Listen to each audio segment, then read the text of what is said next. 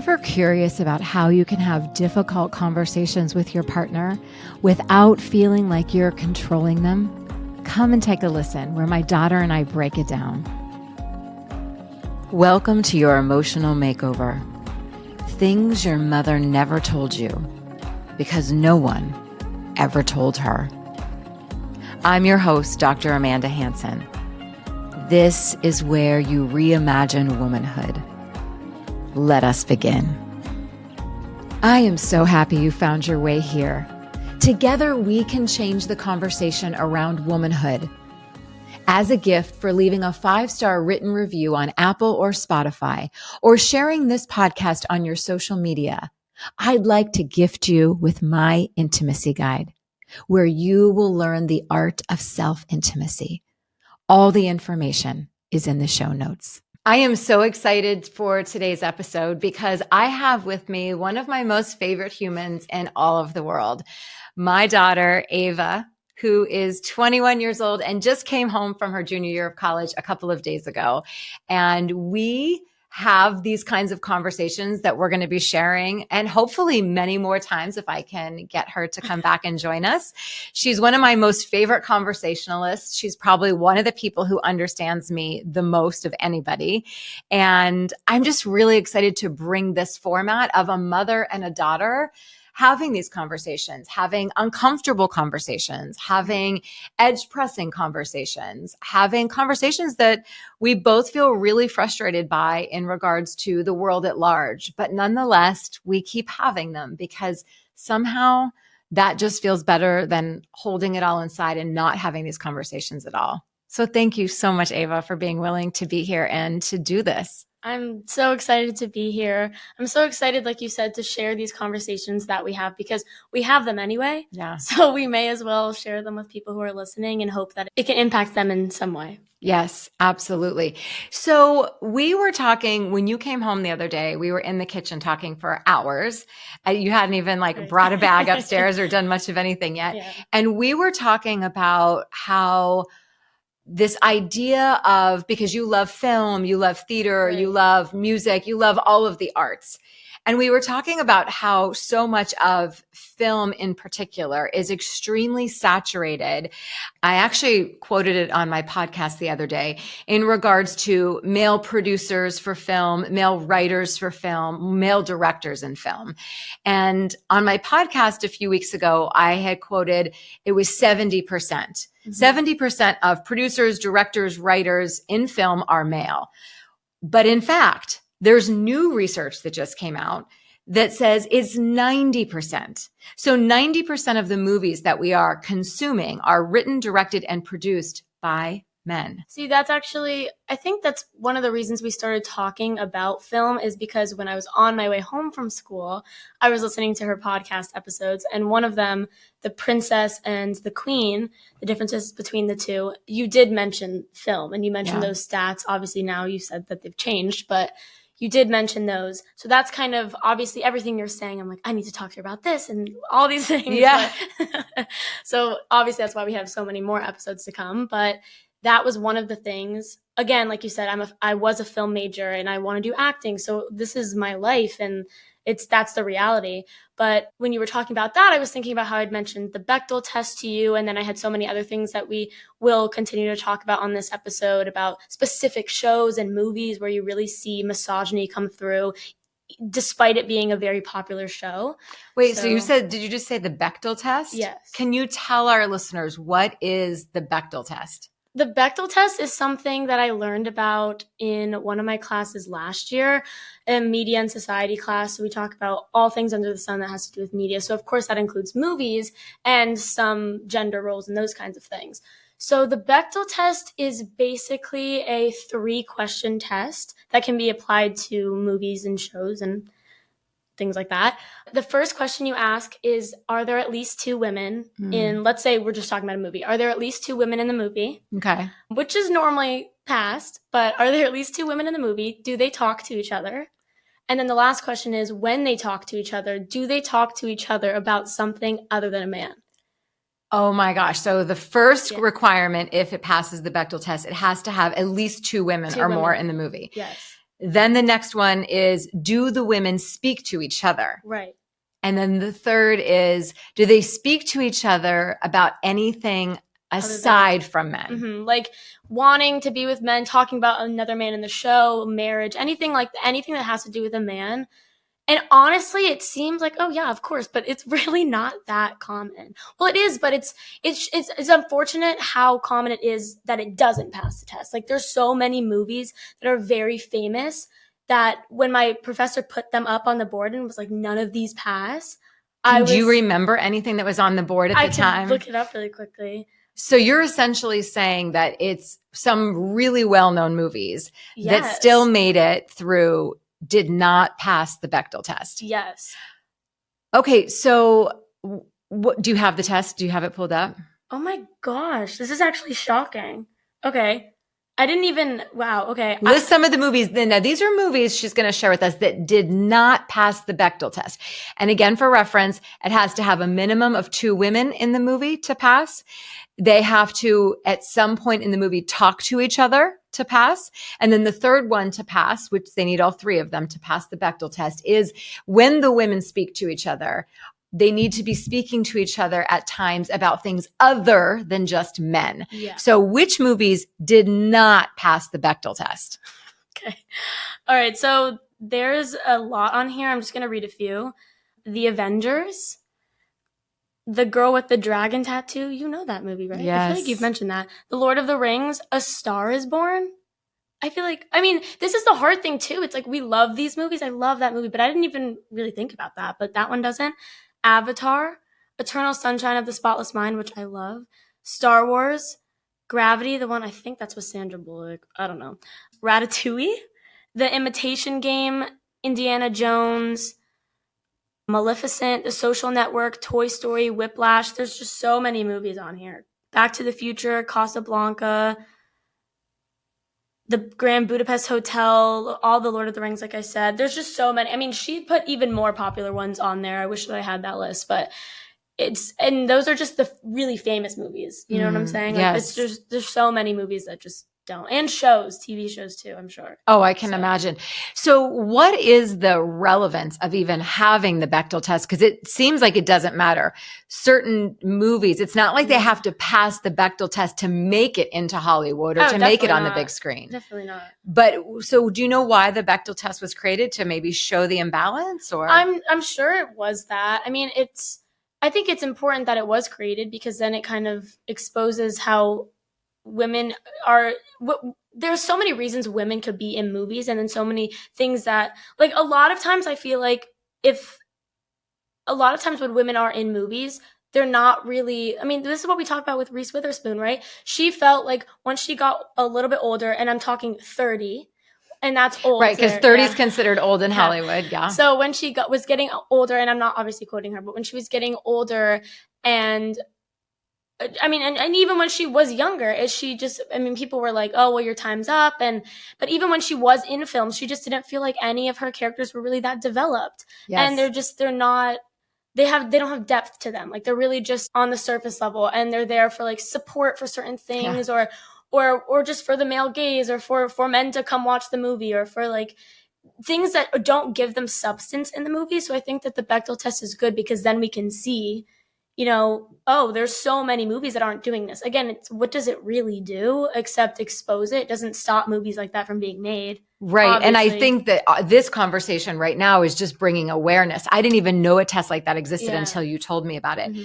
But going back for a moment to the Reese Witherspoon thing, I think if I understand correctly, that's why she developed her own production company, Hello Sunshine, because she really wanted to bring in female screenwriters and directors and producers and tell more deeply nuanced stories about female characters that were not just these very shallow, as I speak about in The Princess to Queen, oftentimes a lot of the movies are in that princess energy where she's seeking cheap love or seeking rescuing or seeking the male as the biggest prize of her life. And I think Reese Witherspoon was looking for Yeah. characters that had so much more depth to them, that had storylines that often did not even involve Right. men at all. And and I think that's important, because a lot of times when women are in films, and what Reese is obviously trying to deal with is the fact that these women are always looking for men or whatever, things to do with men. But not just that, it's when you have situations like that, even if it's not just them trying to find men or whatever, and they're just there, they just don't have substance. So then that just makes it's just hard, because then these viewers, whether they realize it or not, are just watching these women. Oh, they don't have anything, they're stupid, or they're this or that, and they don't have depth to them, they're not important, they don't add anything to the story. But that's obviously not the case in real life.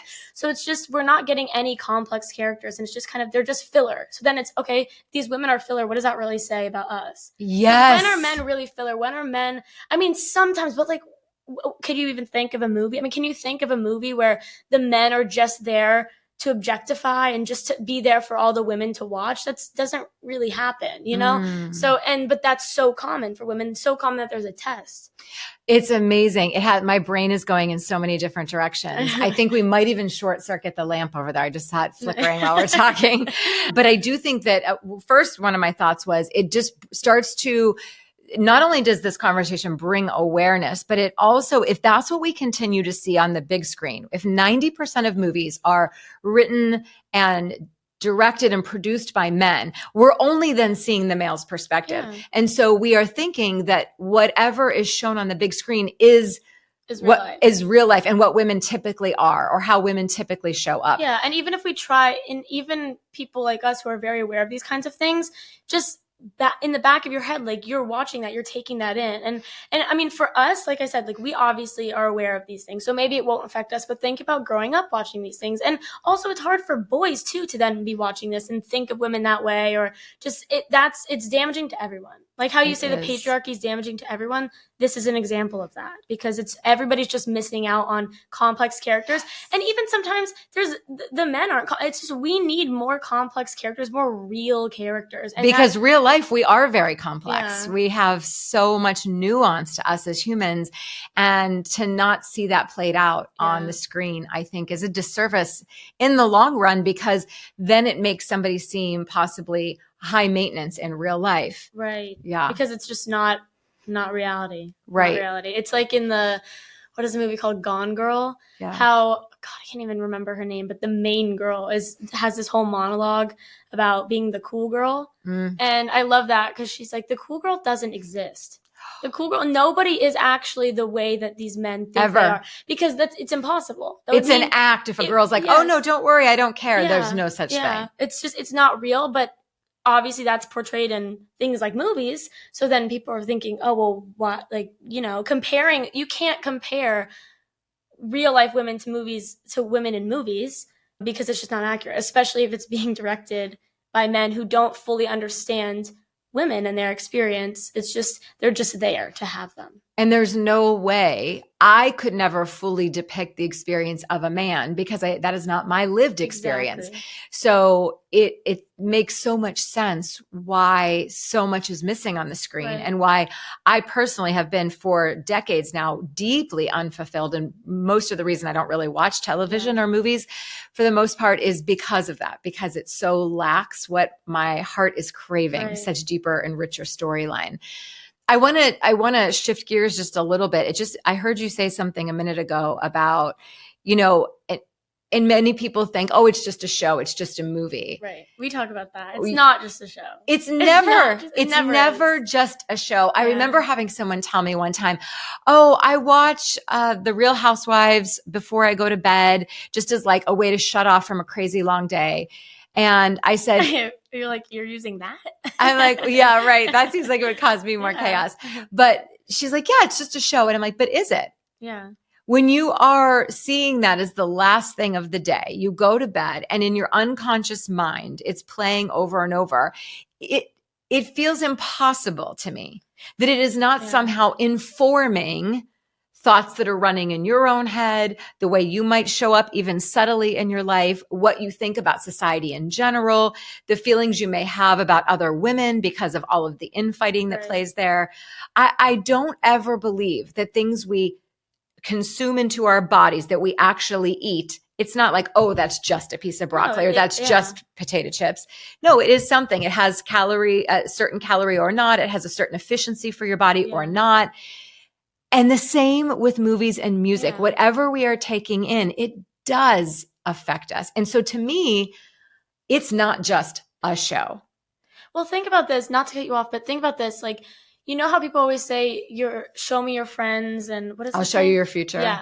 Kind of like that. It's a little different, obviously, but if you're hanging out with, let's say you're hanging out with really, really negative people all the time, that's going to affect you. If you're on TikTok or whatever you're on and you're taking in really negative messaging, whether you want to or not, that's going to be how you're showing up, even if it's slightly. Yes. So think about that. And it's not that you can't watch sad movies or hard movies, like you should, but it's important to be aware of that and when you're watching it. Like if you're just, honestly, I think if you're going to watch The Real Housewives, watch it. Don't use it to go to sleep, because then it's almost like you can't even think about it. It's in your brain, and who knows what's actually being taken in. And at that point, you're just hearing arguing and you're not actually watching, oh, this is a show. So it's like maybe your subconscious can't even recognize that that's not real arguing or something. Yes. I just think everything is messaging. Like you said, everything is going to affect you, like always. It's all messaging. So now this brings us to I knew you were going to bring this up.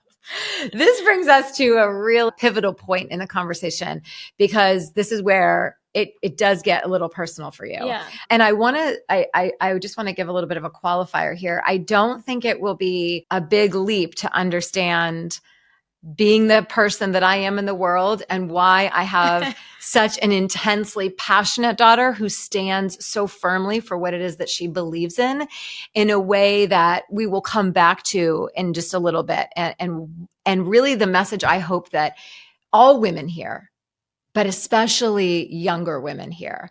And we'll come back to that in a little bit. But in the meantime, what I wanted to ask you about is, we were talking about this idea of some people saying, well, it's just a show. Right. And you said, oh, yes, I had a very close to my personal life example of that a couple of weeks ago. Do you want to share what happened? We don't even have to get into the detail of it for the message for people to get the message. But really, so we're talking about this and how, again, it's never just a show. It's never just the one thing. It's always, women know this. It's always more. I mean, this is kind of what we're going to get into, but if you're in an argument with a significant other and you bring something up, it's because there's been a million other things. It's always accumulation of things. It's never just that one thing. But so my boyfriend, this is about him, but my boyfriend never really watches shows. Like he will fall asleep within 5 minutes of watching them. Yeah. Like me. Yeah. But sometimes we'll watch things together and he'll manage to stay awake. But recently he told me that he had started Game of Thrones. So anyone listening, even if you don't watch that, I can guarantee you know what that is. I knew what it was because, like I mentioned before, I was a film major. So I had kind of, honestly, I'm going to say, been forced to watch that first episode. And I know there's definitely mixed emotions about the show. Some people love it, and that's fine. But I personally did not. I just want to say too, this isn't a judgment about if you love the show, if you don't love the show, if you're watching the show. This is a conversation just to bring awareness about what lives underneath this. Right. And that some people aren't even aware of like how it can be damaging and why it's wrong, because I didn't even necessarily know why I felt the way I did, because in the first episode there's a lot of nudity, but I felt mainly of women, and this is really just the first episode. This isn't even as bad as when I started to read about it and understand what it was really like. But I just knew from watching it, I just felt uncomfortable. It just felt like it was too much. It wasn't necessary. I think that's a big thing. Like we talked about that. There's a difference between having nudity and having sex and having whatever on the movie or the show. But then there's times where it's unnecessary or it's exploitive. It's exploitive. That's a big thing. That's what I started to read about. And the thing is, as I was reading about this show, everything that I felt was just justified. And the thing is, I tried to not be biased, right? I was just trying to like look at some like statistics, but everything was leaning towards how I felt. Everything that I saw was was justifying how I felt. And basically I wanted to make sure that I knew how I wanted to go about this and like what I wanted to say and how I really felt about it. And again, like I just said, I was doing the research about it because I was like, okay, well, maybe I just felt that way. And I didn't watch the rest of the show, so I could be wrong. So I did some research about it, and the statistics that I found were upsetting, and the articles I read about it and people reviewing the show, it was upsetting, and it just, again, justified how I felt. So I brought it up to him. I was like, hey, I want to pause there for a minute. Yeah. Can you say some of the statistics that were upsetting that you had shared with me? Yes. Because when you really start to get to the underbelly of this, and again, this is another show that is written, directed, produced, all the things by men. So we are receiving that information through the lens of the male perspective. And these guys are smart. They know what's going to bring people back to continue watching and watching over and over and over again. So you're going to share some of the things that you heard about in regards to the stats. Yes. So yeah, it just starts talking about how, and I read so many articles, I kind of just, which I could try and find, you could put in the show notes if you wanted. But since I was just texting him, I was just kind of laying out some of what I found. But basically, some of the things I found was 88% of the nudity in the first season was women. Then in this show, there's so many, but in this show, this is a trigger warning, but there was about 50 rapes, 50 rapes in the whole show. And I know it's a long show, but in any show that's crazy. And then the thing is, so we're talking about 50 rapes. Yeah. And that's not even like, and there's incest in this show. Like you said, it's what did you say? Exploitive. Yeah, it's so exploitive. There's incest. There's just so many things that were uncomfortable. In the first episode, there was like incest stuff. There was like a literal rape. It was just felt very, very, very weird to me, especially like you said, when I brought this up, you said, why are you even watching this in class? Like, I couldn't even believe it was being shown in class. And it's because, so what really is, okay, we'll finish with your statistics. Right. Go ahead. So, okay. So it says there was 50 rapes.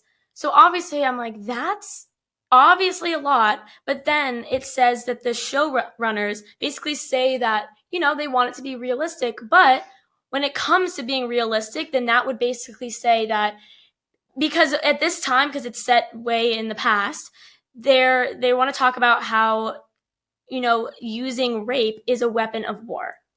But if you want to do that and you want to make it realistic, this is what I told you, there would be men getting raped. There would be unconventionally unattractive women getting raped. There would be older women getting raped. But in every scenario, all the women are attractive and young.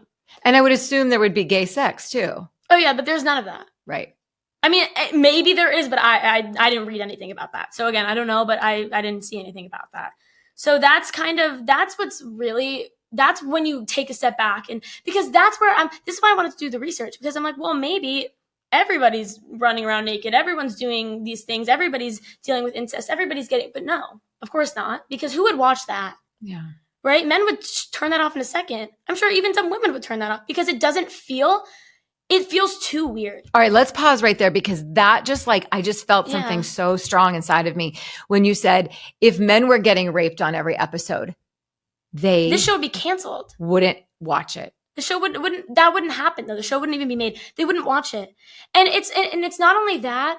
But we're okay watching women get raped. We're not just okay. This is one of the most famous shows ever.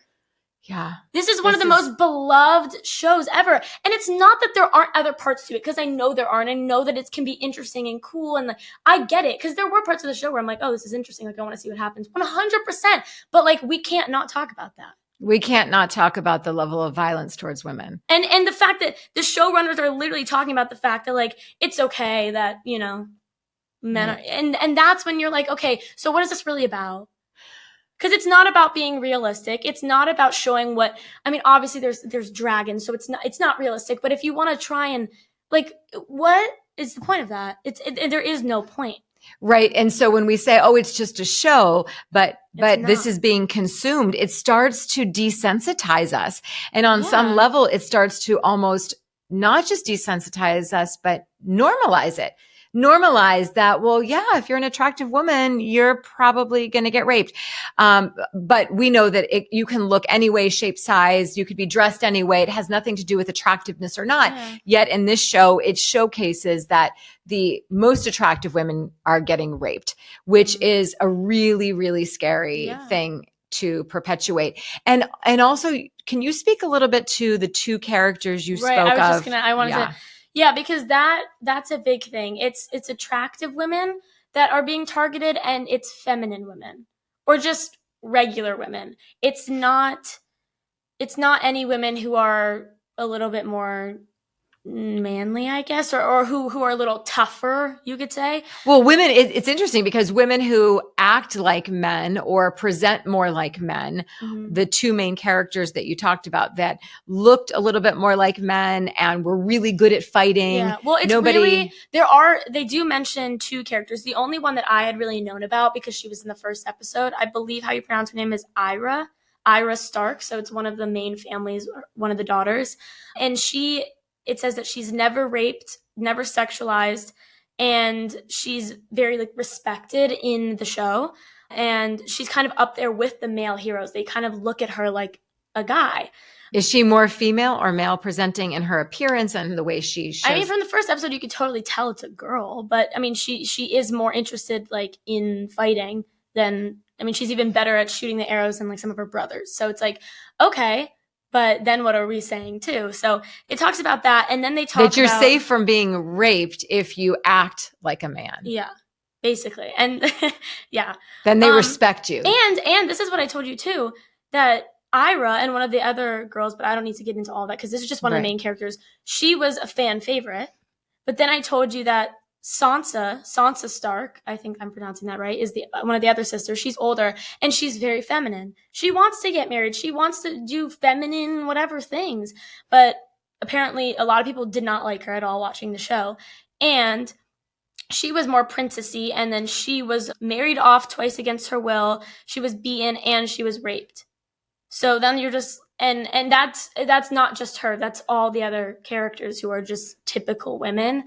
And another thing, I don't know if I necessarily have it written down, but one of the things was the fact that people try and argue, oh, well, and I don't have specifics here, but women who are beaten or raped or anything in the show, it's oh, well, they ended up being so high up and they ended up having power and they whatever. And but not without showing that they, at the end of the day, are just a woman. And not at the end of the day, they show, okay, well, she was raped, she was beaten.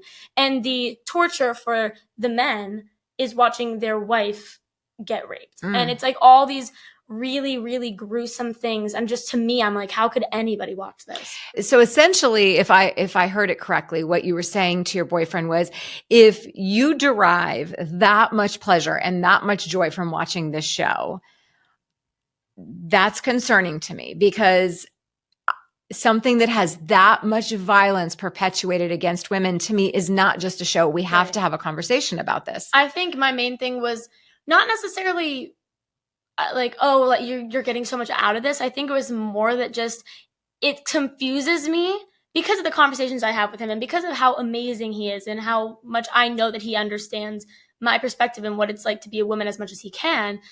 How are you not uncomfortable watching that? How are you not a little bit grossed out? How do you and there's other shows that we've watched that I've talked about that there were women getting raped in, and he knew how I felt about that, and but in this scenario, I guess I was just a little confused how he was just okay watching it. And again, and sometimes it's hard because it's just that reminder that he is a guy and he doesn't really get it.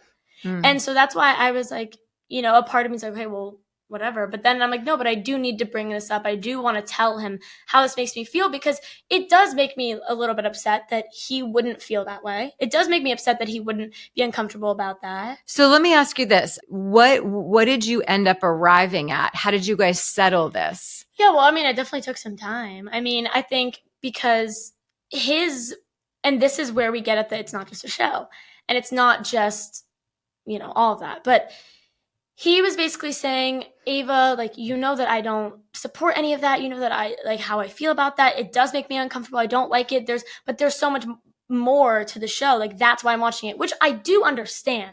Like, 100% I understand there is more to the show, of course. Like, there is so much more, but it's just the fact that since that's so prominent, yes, it's like, that's where it's just not, it's too much. And for a while he was just kind of trying to kind of like share his perspective and be like, well, this is how I feel. It's not, I don't think of it that way. And, I have so much respect for women. I'm like, I know that you do because I wouldn't be with you.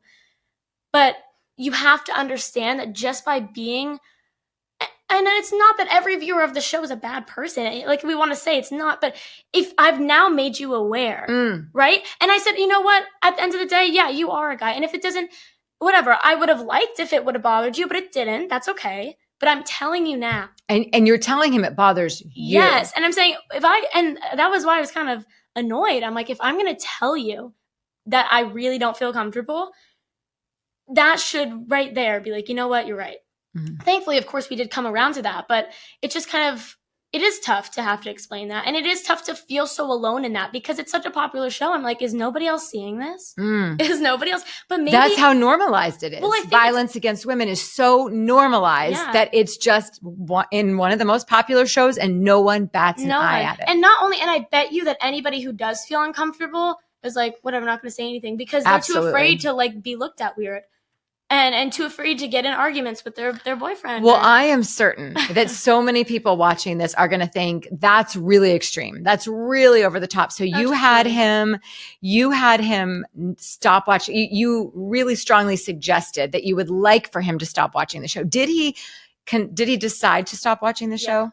Okay, he decided to stop watching the show. Now, there are going to be people saying like, you're controlling and you're crazy. And I know that, but this is what I always tell him. Like, we have conversations about things all the time. And I always say, like, again, like, we're choosing to be in a relationship, right? And again, neither of us are ever going to be perfect. There's always things I can change. There's always things he can do. But he knows how I am. He knows that I have so much respect for myself and for other women. And he knows how forward thinking I am. He knows that you're my mom. Like, he knows this. So, I mean, and sometimes, we do have to have conversations about it. But at the end of the day, he's choosing to be in a relationship with me.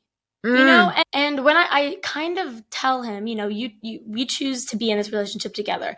And I don't even say this as a way to like be rude or start a fight. But I do say, if you don't agree with this, then maybe we shouldn't be together. Right. Because what you're saying is, I'm not telling you, watch it, don't watch it, you have to stop. What I am sharing with you is, this is my perspective. And you're going to decide for yourself what feels right for you. But if you choose to keep watching it, then I have to reevaluate if we're a match. Yeah, because then so at the end of the day, I'd much rather just watch this show than, be with you. And then that's kind of sad too, because it's, okay, so obviously, and he always tells me, I'll try everything I can to understand what it's like to be a woman, and I'll try to hear your perspective. So then it's okay. Well, if he did, but if he didn't, then that'd be okay. So it's all words. You're not actually right. It's false promises there. So that's, I think that's an important thing. And he obviously did come. It's really just, the thing is, you have to be willing to say it. Yes. You have to be willing to say, even though I was like, oh, I don't want to say this. I don't want him to get upset. I don't want to even have to do this. But so what, am I going to be like miserable every time he mentions the show? Right. And it's really just about not abandoning yourself, not abandoning the truth of your heart, not abandoning how you really feel. Because what happens when we do that is we start to, number one, lose ourselves completely. We just abandon ourselves enough times. We get so far removed from ourselves. And then the other thing that does is, every time you want to say something to your partner, but you don't, you resent them. It builds resentment. And it builds resentment. And then the relationship ends up imploding on something that was almost nothing. But it's because you let so much go for so long. And I am the biggest fan of always really talking about how we feel. I gave an example not too long ago at one of my retreats about like a non-negotiable I had for dad around something in particular, which I said, I am not comfortable with this being a part of your every single day. And it was around drinking tequila. My husband loves to drink tequila. Mm-hmm. I think that's great. But if if you're going to pour tequila every single evening, then I'm going to decide whether or not I want to be in company with you. Yeah. Not because he's someone who gets drunk, not because he acts differently. Just I don't find it to be something that is necessary to have alcohol every day. Mm-hmm. And somebody said to me, "Oh, but that's controlling him." And I said, no, hear my words. I'm not controlling him. I'm not controlling his behavior. I'm making a choice about what feels good for me and what I want to participate in. He can do whatever he wants. Yeah. He makes his choice, and then I will respond to the choice he's made. Mm-hmm. And then over time, if we're making very different choices over and over again, that's okay. Yeah. That just is more information and evidence that maybe it's not a match any longer. Right. And so many people get so afraid to say how they really feel, what they really need in a relationship, that it gets us so much further removed from ourselves and really a connection with the person. And I think this started off talking about TV and movies, and what I love so much, because that piece is so important. Right. What I love so much is the full circle conversation really ending up back in this place of speaking our truth in relationships, really being able to hold on to ourselves and not go with what the outside crowd may say, which may be historically, "Oh, you're making too much of this. It's not that big of a deal. Relax. Don't overreact. Don't be so demanding." Because this is the cool girl thing. Who's actually satisfied like that? Right. This is the thing. Some girls might not be upset that he's watching that. And that's what I say to him. And again, I don't mean it to start a fight, but I'm like, honestly, and the thing is, I'm going to tell you how I feel, but if you genuinely don't agree, that's okay. But then yes. How is this helping either of us? Because if you don't actually feel maybe like affected by it, or once I bring it up, if it doesn't bother you, if you don't really feel like all the different things I bring up or talk about mean anything and you don't get it, obviously, again, he always says, like, I could never fully get it, but I try to. Of course, he's a guy, I'm a girl, it's different. But if he doesn't actually care about what I have to say, he doesn't actually want to, it's hurting both of us. Absolutely. It's hurting both of us, because I won't be satisfied and neither will he. He'll never feel like he's doing the right thing. And there is plenty of girls who, and this isn't even a bash at them, there are just plenty of girls who literally don't think it's a problem. And that's great. Oh, well, not even that they don't think it's a problem. They're not even conscious. Not aware of it. To the way it affects. Yeah. And sometimes I wish I could be like that, but I'm not. I tell him, I'm like, I wish I could not care about that. And again, this is like the thing of, it doesn't have to be this like controlling thing, which sometimes I go back and forth with myself. I'm like, do I need to say that? But this, to me, I know it's a bigger thing, because it's not about some nudity in a show. I mean, he can watch movies where there's naked people. Like, absolutely. That's never the problem. It was only really a problem with me when, obviously, I watched it, I felt uncomfortable, and I knew that there was incest and rape. But once I kind of learned more about it, and that was the problem for me. Mm-hmm. And it just made me uncomfortable, and that's really the only scenario I could ever think of something that I would be like, hey, maybe don't watch that. Right. Or at least let's talk about why. And it wasn't me just saying, don't watch that, because that's a big thing too. You should be able to use your voice and speak up and tell your significant other how you feel, but you have to give them a reason why. Yes. Sometimes you have to take a step back and be like, okay, if I just don't watch that, I don't like it, and I'm not going to explain why.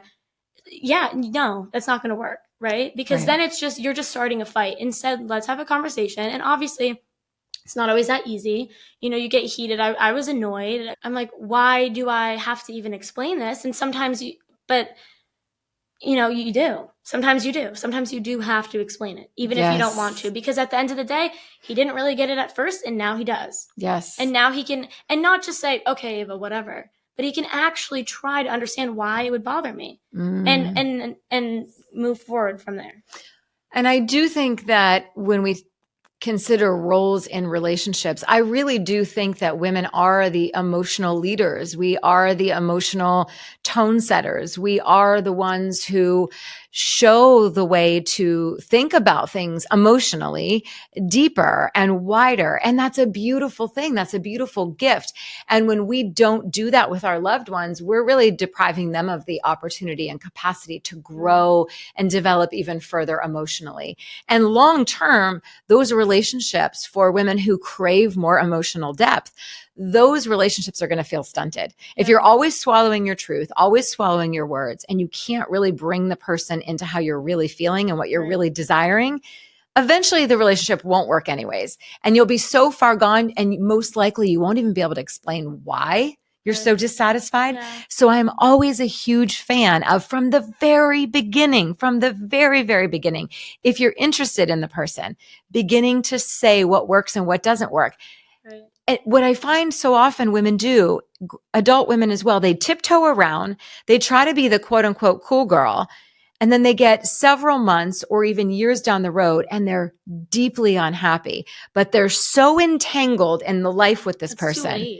It's almost, they feel like they don't even know how to disentangle. It's too late, because if you, at the end of the day, you're hiding a part of yourself. So it's going to be too late. If 5 years down the road, you're like, hey, I actually don't feel comfortable with that. They're going to be confused because they don't even know who they're married to. Yes. And also, again, like I said, who is that helping? You know, if for me in my relationship, if I wasn't honest with myself, it's not helping me and it's not helping him.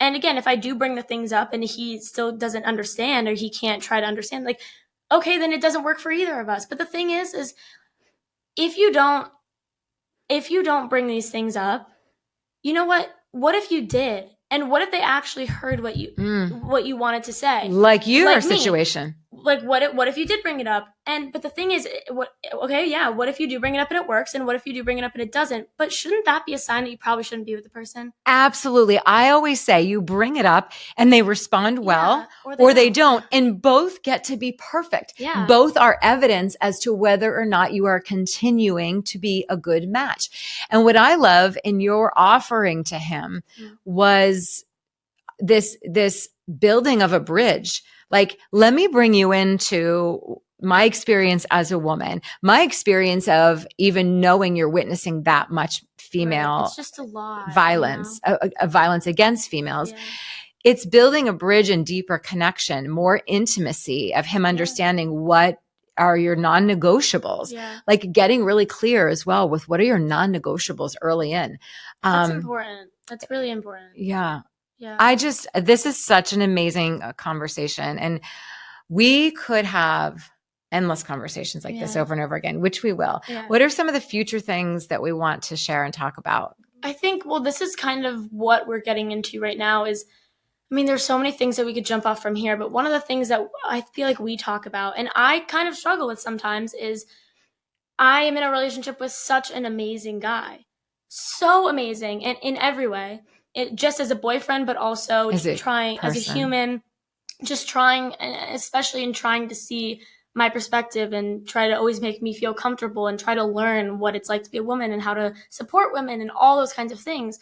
So then sometimes it's hard for me when there are, it's just kind of, okay, you have such a great guy, but then obviously there's a lot of scenarios where it's not always like that. So sometimes I battle with this, should I bring this up because he tries so hard, but this is still something I want to talk about. So sometimes it's hard, and it's kind of like, where do you draw the line? Yeah, where do you draw the line? And sometimes it's like, can we really blame the good guys? Because there are a lot of guys who are just so obviously not good guys and who don't care, but there's guys who, do try, but it's just hard. It's like, can we blame them for not really always understanding? How do we go about talking to them and bringing things up? And that's definitely one. But I don't even think this is about, it's about blaming the good guys. I think it is informing the good guys for a deeper hope for a deeper connection of them understanding. I don't think we're blaming anybody. You brought out information and said, hey, this makes me uncomfortable. Here's why it makes me uncomfortable. You can choose whatever you want. It's not really blaming as much as it is educating. Right. So yes, I think that Oh my gosh, I have loved so much this very first episode with you, honey.